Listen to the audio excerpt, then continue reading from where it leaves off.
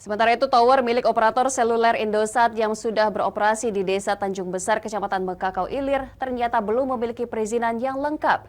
DPM PTSP Kabupaten Oku Selatan meminta agar pihak terkait segera melakukan pengurusan perizinan sebelum dilakukan tindakan tegas.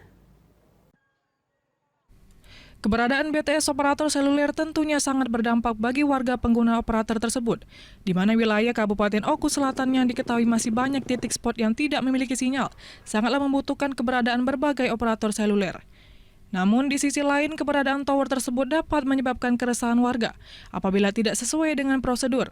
Selain itu juga dapat menyebabkan kerugian negara apabila keberadaan tower tersebut belum memiliki izin dari pemerintah setempat.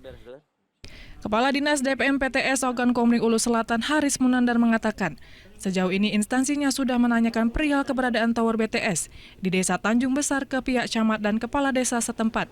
Akan tetapi sejak 2 bulan terakhir informasi yang diberikan belum juga dirinya dapatkan.